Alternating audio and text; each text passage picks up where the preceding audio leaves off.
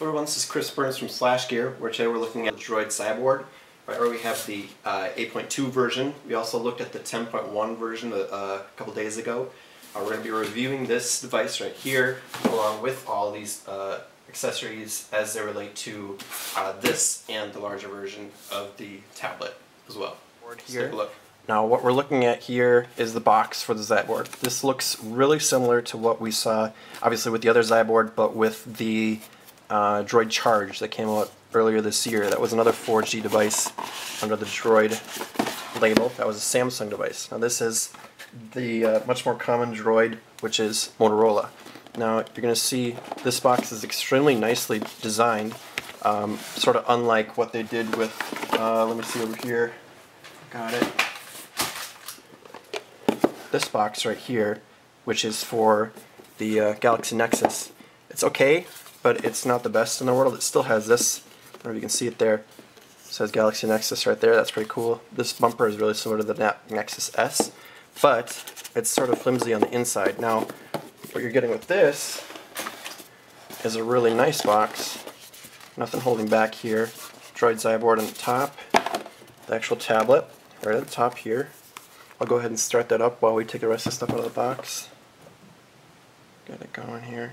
There we go. That right there. So the box, you have a start guide, you have your micro SIM if you've got it on contract like that, the other books, all kinds of books. We have a regular micro USB, and then you have a wall charger. This will work from your computer, but it's better to charge it from the wall because this power converter is different from the one that's going to be coming from your computer.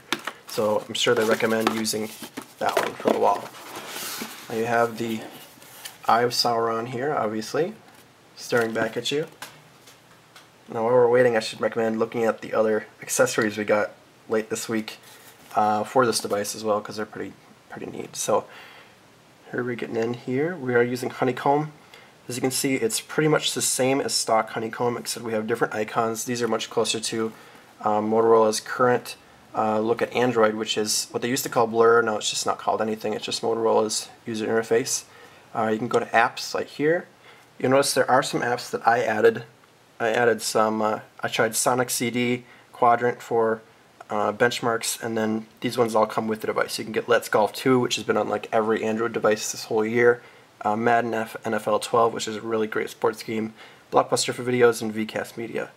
Now, back out of here just to see what else we got. Some other apps that are available on this are Digit. You can get GoToMeeting for meetings. You got your several Verizon things. You got Netflix right out of the box. Quick Office for your documents. MotoPack, that's for your Motorola stuff. This will all connect to your stuff like the Moto Active, for example, you can use with this. Slingbox is also for videos, and then Skitch. Skitch works better on the 10.1 version of the XYBOARD because you get a pen that works with it, but it's still pretty cool. You can still draw with your finger. Let's see if we can get in here. I guess. Oh, there we go. Go ahead and select a photo. Let's select this one. This is from a comic book convention. There, then we can just draw on it. Pretty cool. Got all kinds of tools there. It's really slick.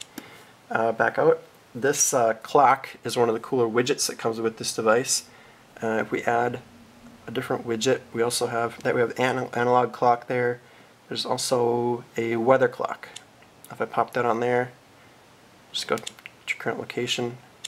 It's pretty cool. It has the weather there and then a clock, and it looks really nice. Now, as far as other functions of this thing goes, you have your regular gallery. That means you're not working with the Moto Blur gallery, which I'm not that big of a fan of. You are using your regular Honeycomb gallery like that.